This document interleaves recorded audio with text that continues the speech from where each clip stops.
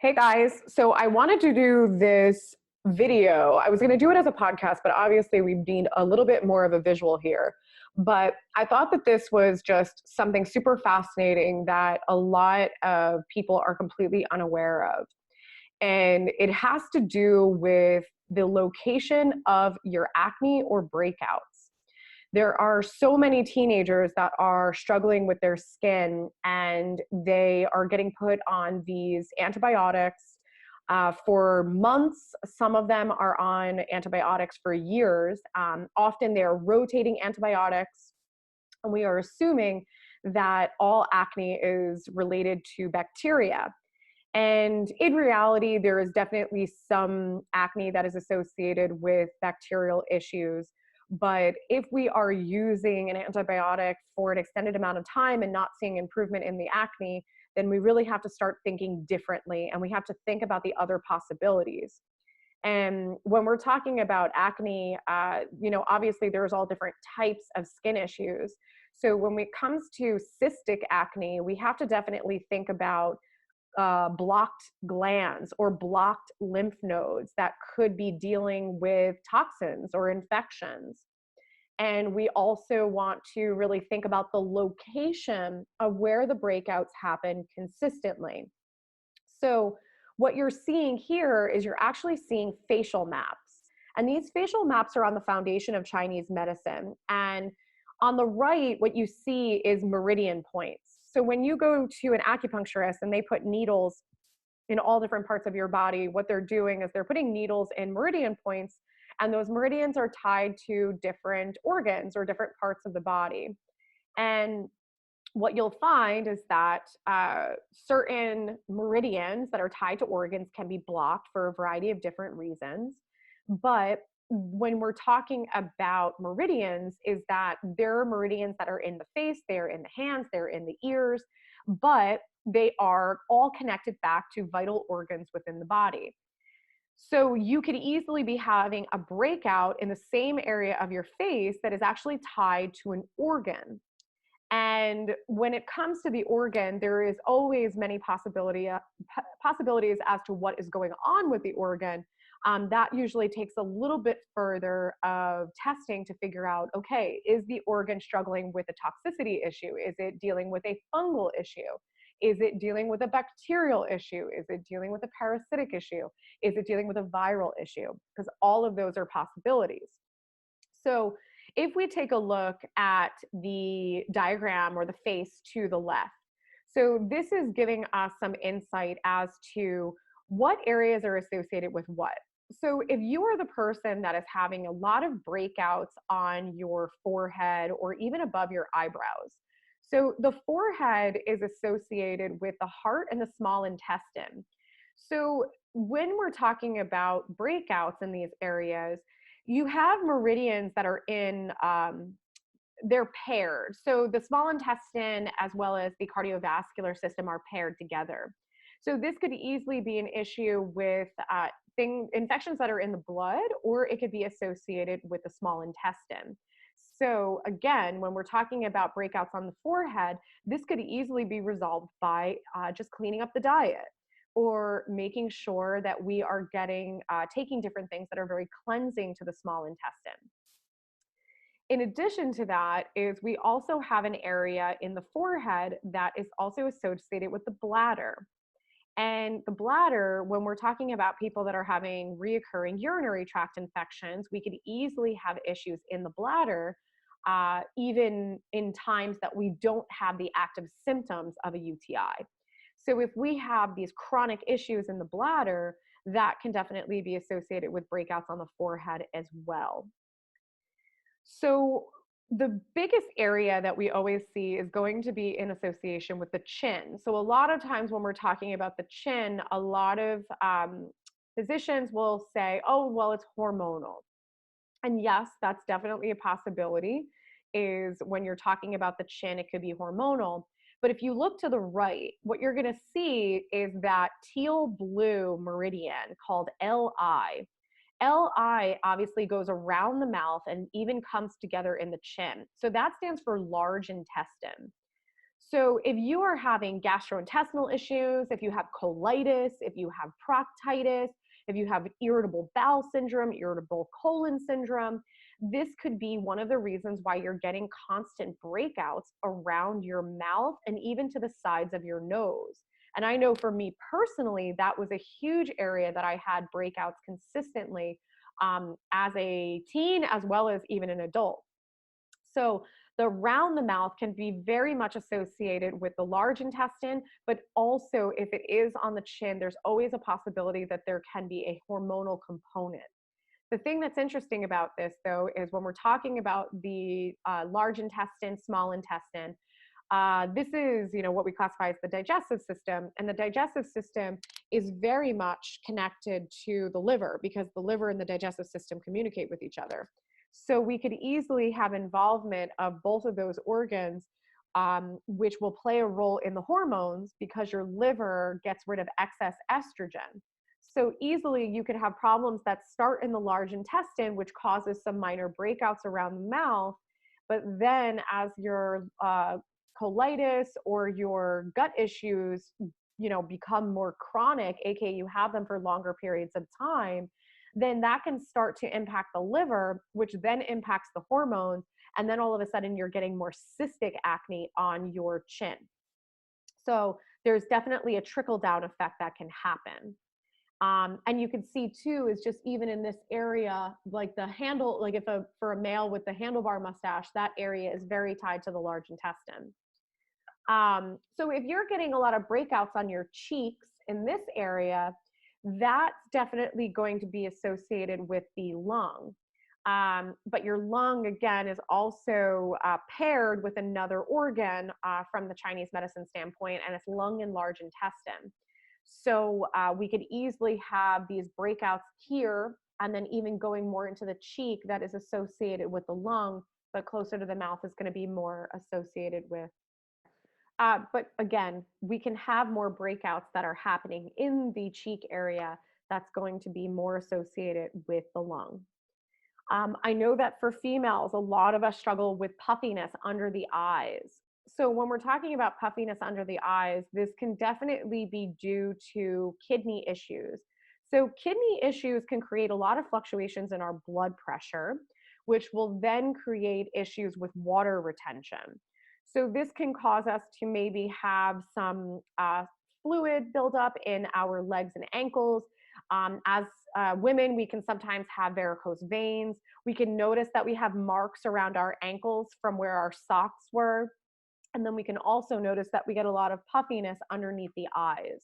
So this can definitely be very much associated with the kidneys as well as the lymphatic system and that water retention that we're talking about. So even right below that, still underneath the eyes, but a bit lower from like directly under the eye, is where we can definitely see some issues that really are associated with the stomach.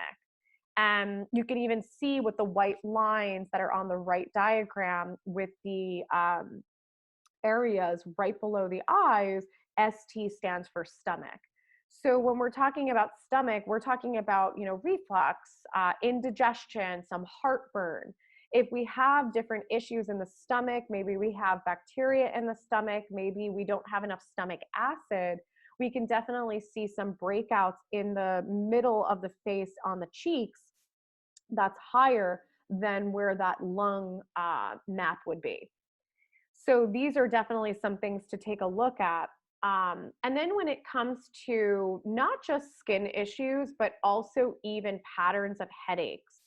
So a lot of people get headaches in their temples or get tension in their temples.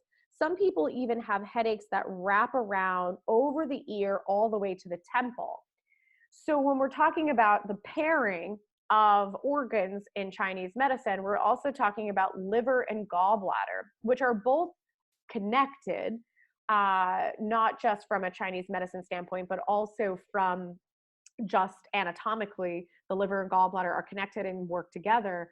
But there are many people that are getting headaches in the pattern around the ear to the temple, and that is actually due to gallbladder dysfunction.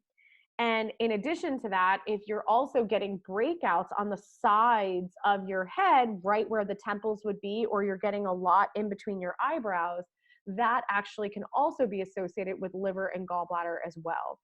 So there is definitely a lot of connections with the temple area with the liver and gallbladder. And that could be pain, it could be tension, and can also be breakouts in the face as well.